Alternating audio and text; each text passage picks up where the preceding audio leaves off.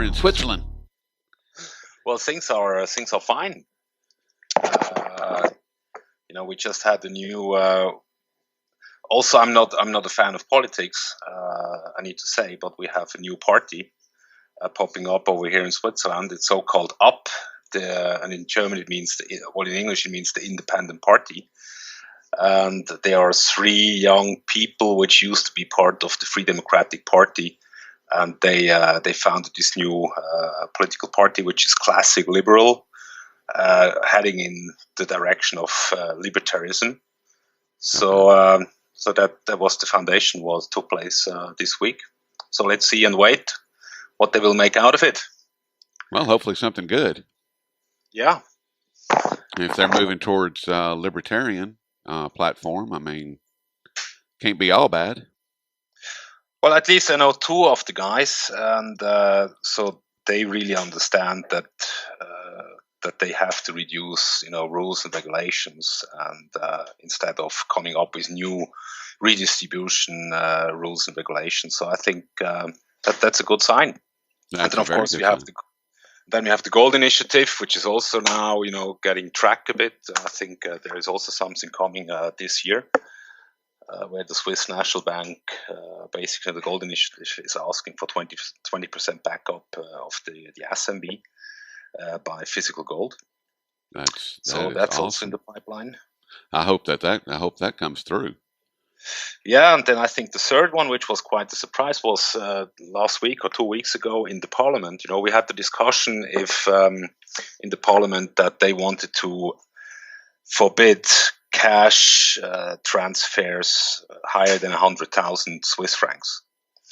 And so the discussion was that it will be forbidden in the future to pay, a car dealer or maybe a house or whatever, that they are that the people are not longer allowed to use cash.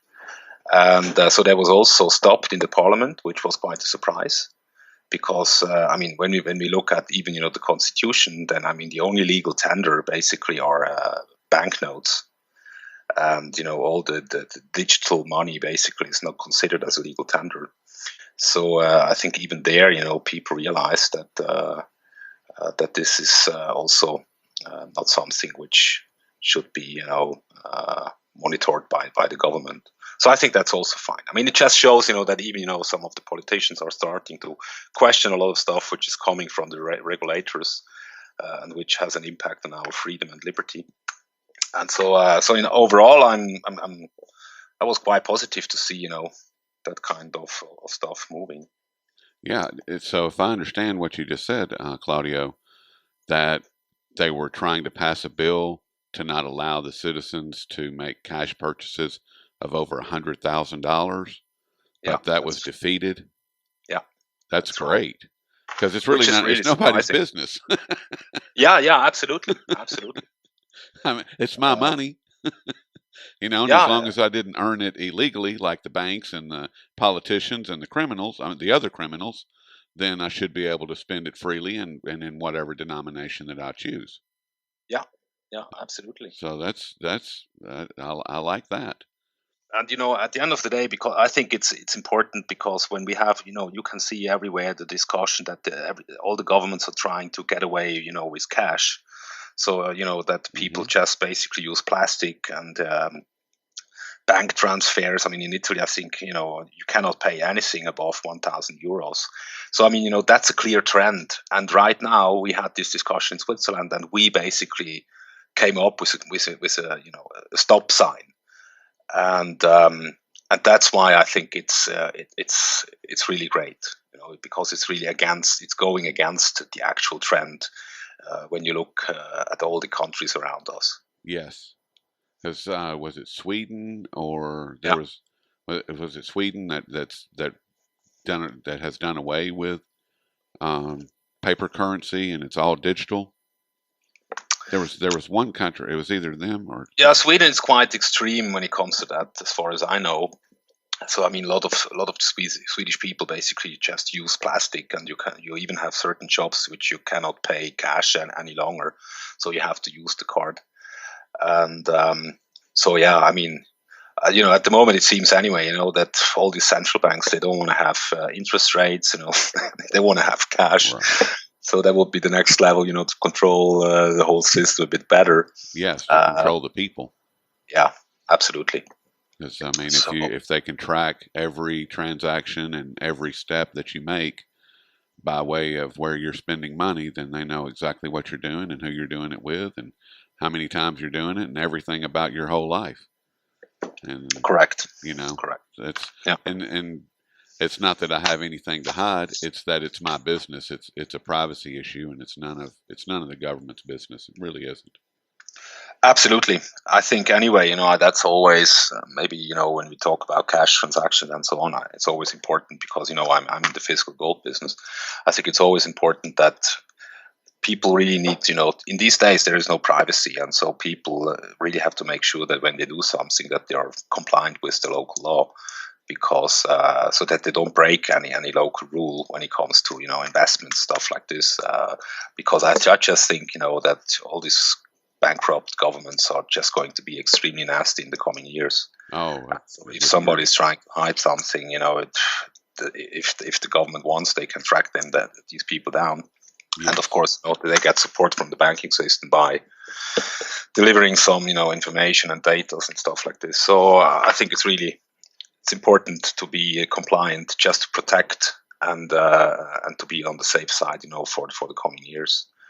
Yeah, So to deal in as much cash and as physical gold and physical silver as possible, because otherwise, because those are completely opaque transactions, and people can't see them, and it really bothers the government and the banking system, which are one and the same these days, that that they can't see what you're doing, and they want to try to paint all of these people, everybody that does, except for themselves, of course, they want to paint us as criminals, and say that we are part of the problem when in fact we are part of the solution.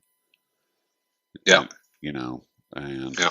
but let's give ourselves a little introduction here, Claudio, so that the folks know that who we are and what we're doing. What do you Sure. say? Well, howdy, folks. My name is Rory, and this is the dailycoin.org, and we're speaking with Claudio Grass of globalgold.ch, and he is located in Switzerland. And how you doing, Claudio? Fine, fine. Thank you very much. It sounds like you guys have a lot going on over there, and it sounds like some of the things are very positive, and it sounds like Liberty is making a positive move with everything that you've just described. Yeah, I think really some people, especially and now also younger people, they realize something is heading in the wrong direction. That they also realize that I mean, when you look at the youth unemployment rate in the eurozone, I mean, you look at the people on food stamps in the United States. Yes. So I mean, especially the younger ones over here in Euro and also in the southern nations, of course, the youth unemployment between 60 and 30%. Hmm. So they realize that something is going wrong. And then you even have the elder generation, and now they just see, for many years that basically the central banks are printing money and that the interest rates are, close to zero. And even for them, now it starts a bit, smelling. And I mean, okay, they are still, most of the people are still trapped in the system, but they realize that something is not going in the direction it should go. So you have more people waking up. I mean, but it's still a small fraction. So, but it is a small fraction, but as Sean says, there is hope. Sean over at SGT Report. For a long time, I kind of argued with him. They didn't argue with him, but I would debate him and say that it's really not. It doesn't matter. But actually, he's right, and you're right. It does matter, no matter how small the percentage is, as long as we are getting people every day waking up and realizing that the Federal Reserve, in particular, and the Bank of England and the central banks around the world are, in fact, the root of the problem. It's a good day. it's on those days when people aren't waking up that are bad days, and things seem to go afoul, even more so. But I believe that as you do what you do, and I do what I do, and when we do these things together, then we have an opportunity to wake up more people all the time, and that's truly the goal. I'm I see glimmers of hope all the time, and I'm very grateful for it. But I wanted to ask you, Claudio, about the Swiss refineries and what's going on there. Are they still working 24/7? Are they? What are you seeing and what are you hearing? Yeah. Well, I mean, at the moment, it the last few weeks it really has been more quiet. When it comes to the banking business, with gold, it's completely dead. Also, we have seen that a few banks increase their positions, and that we even have Goldman Sachs basically decreasing their ETF positions. But at the same time, I think they were leaning out 50% of the gold reserves. I think of Ecuador or which country, I'm Yes, not sure. it was Ecuador. Yeah, so I mean they're in the gold business, but when it comes to people are really insecure because of the prices. It really slowed down. I had the refineries on the phone in Switzerland. I mean, they still have, they're still working, so they are very happy with the developments, but the purchases from China, they also came a bit down because of all the most likely the troubles China has at the moment. I mean, they really have a huge credit bubble. So, and all the data figures which are available, no one can trust them fully. So we don't know exactly what's going on over there. And then, of course, you still have the restrictions in India. So, which is, gold is still moving to India, but not through the official way or the statistics way. But this that should come down. So, I mean, what can be said is that it slowed down a bit. People are waiting. People are hesitant. However, the fundamentals are still in place. I'm not concerned at all. So I mean, the refineries now they can basically bring down the delivery delays they had. But what I also heard from the refinery is that they just have that they feel that they have more troubles to get physical supply from the mining especially, and also from people selling back their gold. So I mean the recycled gold is going down. So so what they're facing is really problems when it comes to supply, and I think that's something we really have to look at over the coming months and years. But in general, I mean, I'm very happy, and I believe it's gold is really doing fine. Well, the last 48 hours. It's done remarkably well. It's moved about $38 since. Let me hit refresh here, and since the 18th at the close at 4:30 or 5:30 p.m. Eastern Time, United States, it was at 1277, and as we speak on Friday the 20th, about 10:30 Central, it's at 1316. So that's almost a $30 move. Yeah. So to me that's pretty positive. That's pretty positive movement. The gold price. I mean, so many people have. I think Okay, let's just focus on one fact. Physical gold. We are talking about 0.5% of the people in the Western world are invested in physical gold. So it's a very small market. And so, of course, the paper market is 100 times bigger. So, I mean, I really don't look into the prices. I don't care basically if it's 1287 or 1316, because really the way I look at gold, at physical gold, that's really my insurance, and my insurance has to perform when I need the insurance. And gold is the insurance against a crash of the actual system. And I'm 100% convinced that it will perform in such a crisis scenario, because that's just what we learned from history. And what has been money for 5,000 years will be money, for at least another 5,000 years. and Yes. paper. Yeah, paper. The US dollar as world currency reserve 40 years.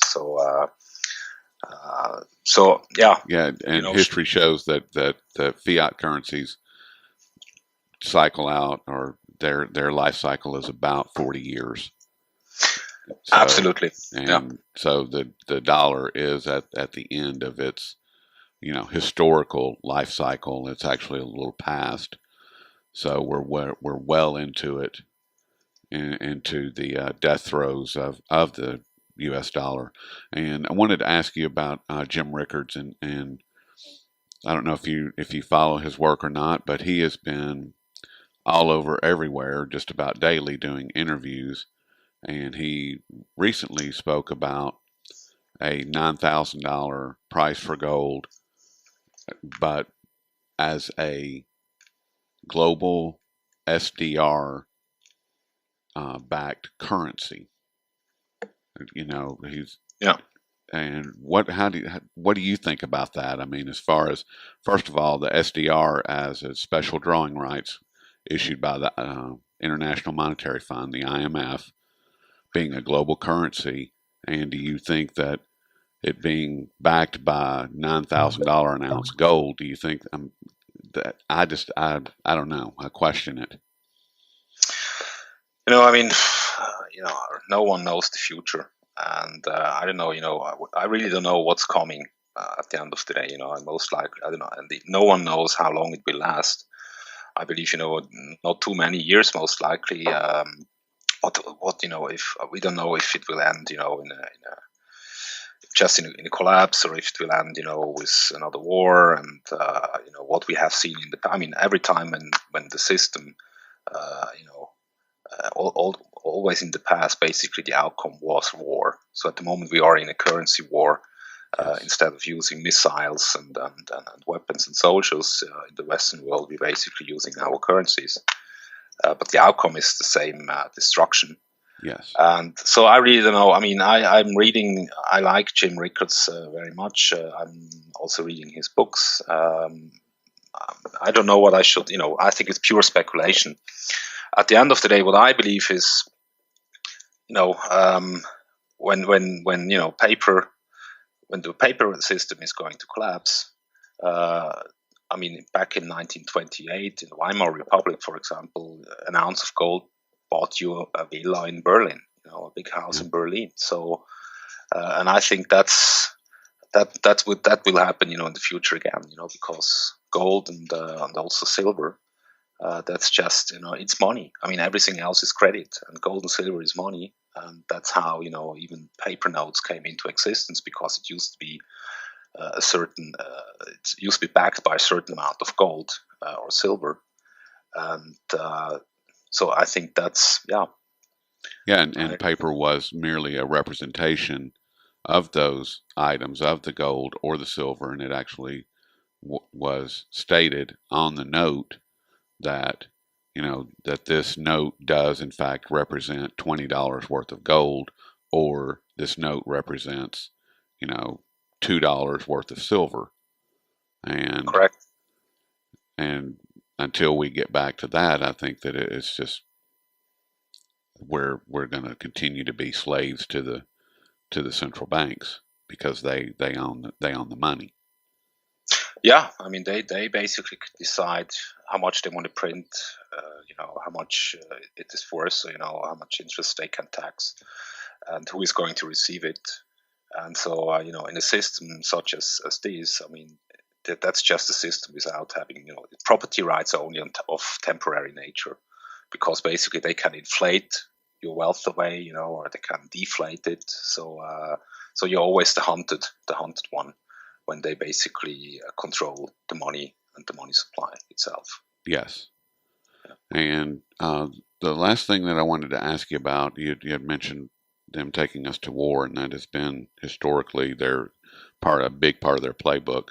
And it seems like that right now their 40-year-old narrative for the U.S. fiat dollar and the world reserve currency is running out and running thin, and they've got all of these situations going on in the Middle East, and in Eastern Europe, as far as Ukraine and Russia, and, and all of these situations going on in the Middle East, and in Eastern Europe, as far as Ukraine and Russia, and, and all of these situations going on in the Middle East, and in Eastern Europe, as far as Ukraine and Russia, and, and all of these situations going on in the Middle East, and in Eastern Europe, as far as Ukraine and Russia, and, everything that's going on there. And how do you see these situations playing out over the next, say, 6 to 8 months?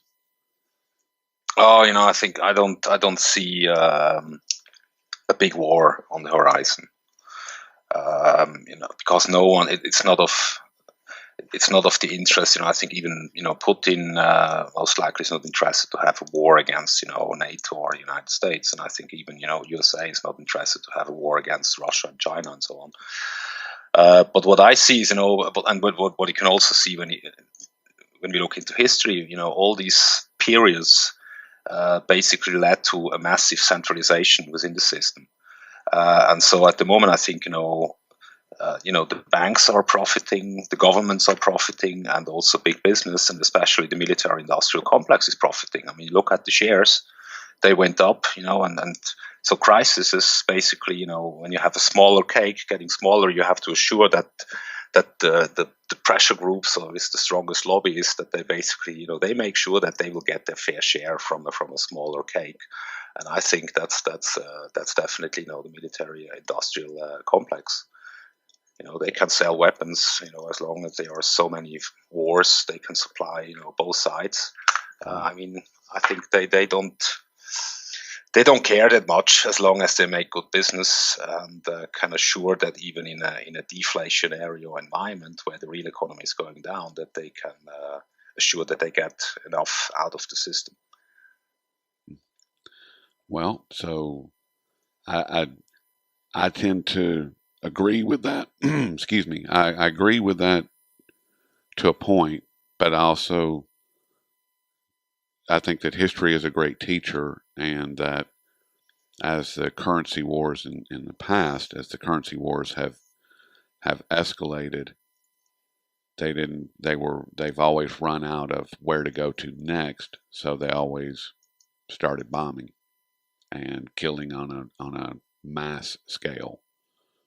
And I don't know if it's going to happen within the next year or the next 2 years or when it's going to happen, but I believe that it is coming. And I think that the rhetoric that is being tossed around all over the world is pointing in that same direction. I mean, in midterm, I also think that I also believe, that's absolutely a scenario which is likely.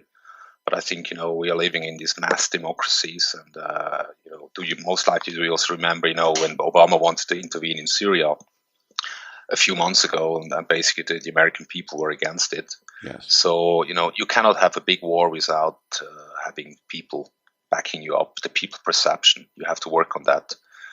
And so I think at the moment, even in Europe or in the United States, I mean, I don't see the people supporting a big war. But as I said, at the beginning, we have this high unemployment rate, and we have a real economy which is really going nowhere.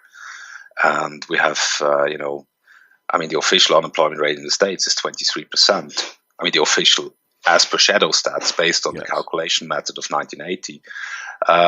And over here in Europe, the situation is also as worse. And now what we can see is basically, only the money is going into the stock market, and now negative interest rates in Europe and so on. I mean, basically it leads to the fact that instead of depositing that the banks are depositing the money at the central banks because they have now negative interest rates, that they're most likely going to go into government bonds. And so we have a booming stock market which can go on, for as long as they print. Right. It can go up, and then at least the people who have something, they feel comfortable. At the same time, we can see that the government can increase their debt, so they basically can use that money to feed the poorest to try to avoid that there is too much social unrest, etc. But in the meantime, the middle class is going to be destroyed. And I think this is something which I'm really scared, which worries me, because if that will stay, if we stay in the next 3, 4, 5 years, it will have you're poisoning a whole generation, and you're poisoning a lot of people when they don't have perspectives. And so I think that that's definitely a potential threat when it comes, to a worse scenario in the next few years. And then, of course, when we see what's happening in the Middle East with the Shias and the Sunnis, and I think that's Sectarian war, which is really going to be escalated, and we have Ukraine, which is going into a real. It seems to be, at least, that they kind of have a real civil war. So I think all that stuff, and you also Africa, and even we have and Asia, of course, as well. We have the islands where basically China and Japan are fighting because of raw resources and so on. So I think this is going to accelerate most likely in the future. I think we're not going to see in the coming years a more peaceful planet than we have today. So I think it's just heading in that direction. And the middle class is going to be impoverished because, if we could create wealth out of the printing press, then we could really, then I could, every one of us, 1 million, on an annual basis is good enough that we can live. But we also know, this is not working. So I think, they are just, we are in a period of time where a lot of people are going to be poisoned. And when they don't have perspectives, when they don't have possibility for a better life to pursue the happiness, I think that has a very negative impact.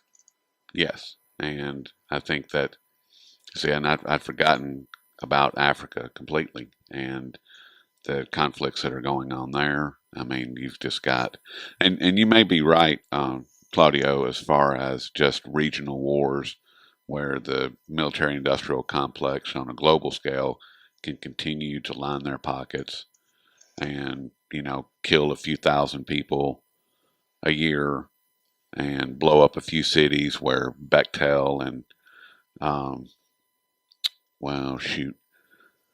the Halliburton, where these organizations are able to clean up and once again line their pockets and in the meantime use the printing press to completely wipe out the middle class on a global scale. Because I don't think that there will be a middle class within the next 15 to 20 years. I don't really see that. I don't see how it can continue to exist. It'll be a situation, from my perspective, of haves and have-nots, and that'll be it. Yeah, if as we long continue, as the system. Sorry. If we continue along the same path that we're on currently. Yeah, absolutely. I think, that's why, one of the best stuff to protect yourself is really, by owning physical precious metals outside the banking system, nearby you or in a different jurisdiction, which is safeguarding property rights.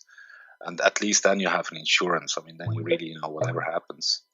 But I think, I don't, we have a diminishing power of, everything with interest rates down to zero and money printing, for free, everything becomes an illusion.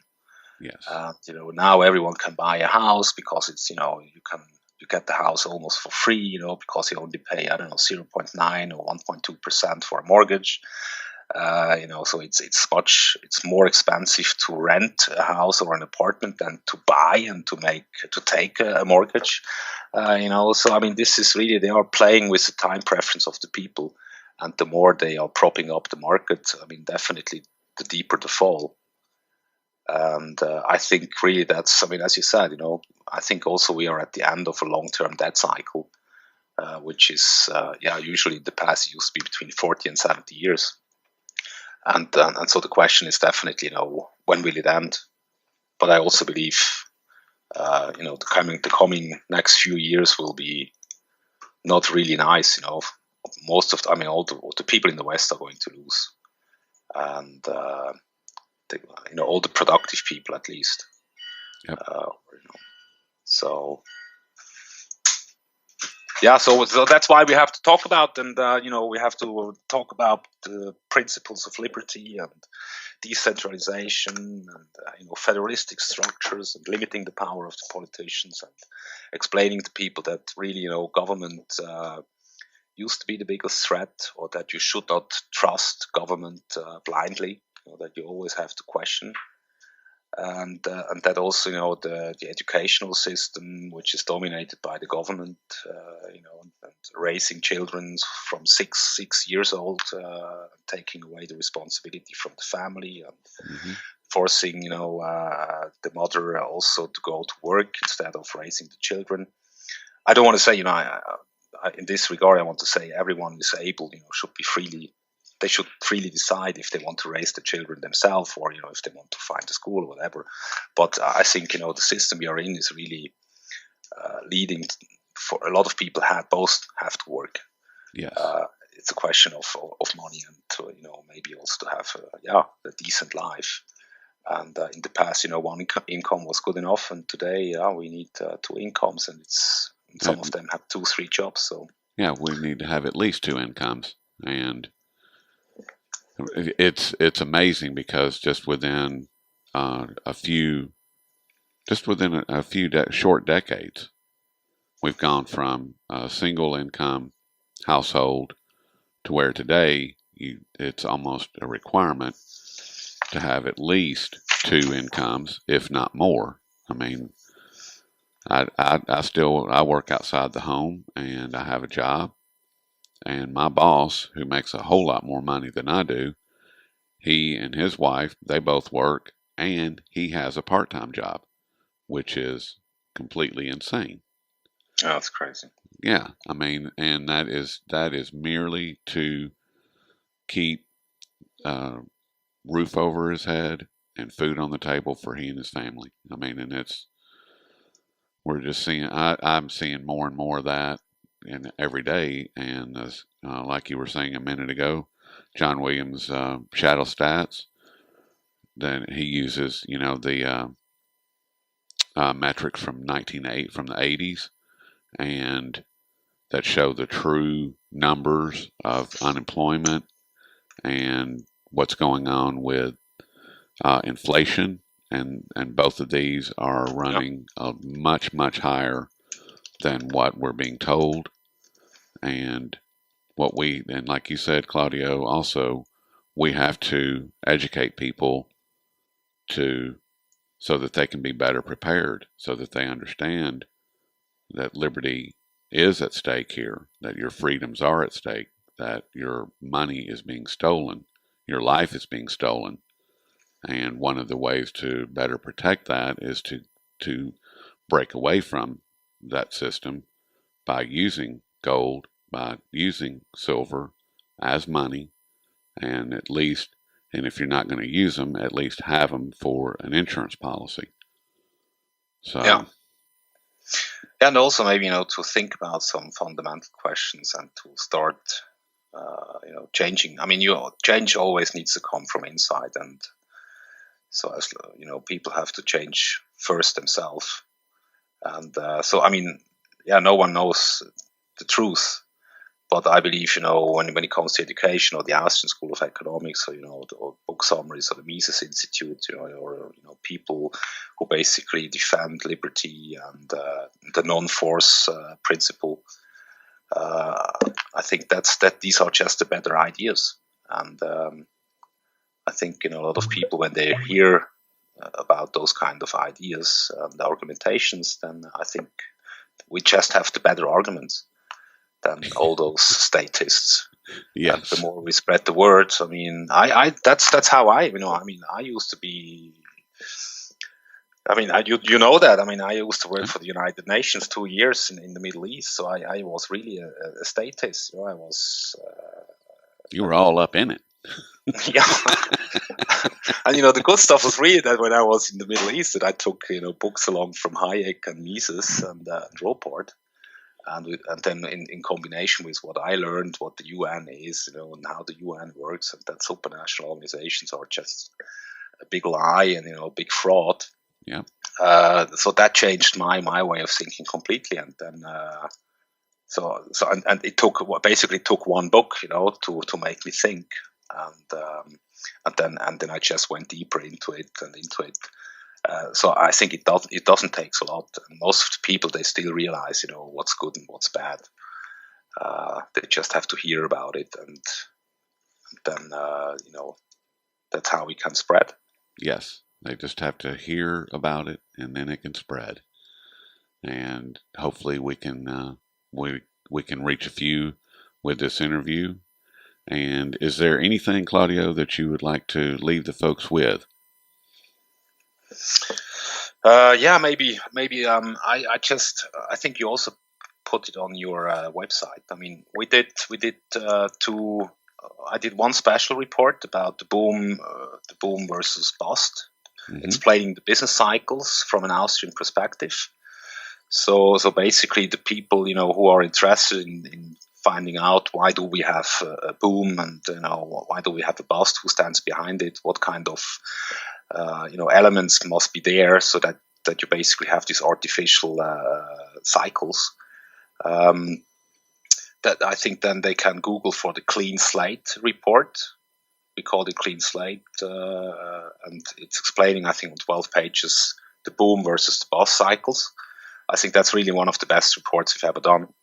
And we also published, I think 2 days ago, a presentation. I gave a presentation in April in Miami at an investor conference. So explaining, our big picture based on hard facts. And that presentation is available. I think it's on the net. You can find it on your homepage, or otherwise you can Google the coming crash of the financial and monetary system. It's a presentation about 22 minutes long, and it really, it addresses the fundamental stuff. So the unemployment rate, the total debt, how much debt we basically, 99% of the debt of the United States since 1971. So that's maybe, a short answer to the input you gave a few minutes ago when you were saying, hey, in the past, one salary was good enough, and within a generation it changed. I think that's really because they just injected so much. In 1946, basically the average yearly debt was 3.1 billion. For between 1946 and 66, and today, I mean, the average is 1,300 billion. So I mean, in 1946, it took the government 1 year to add a debt of 3.1 billion, and today, when boomers retire, it takes the government 20 hours to do the same.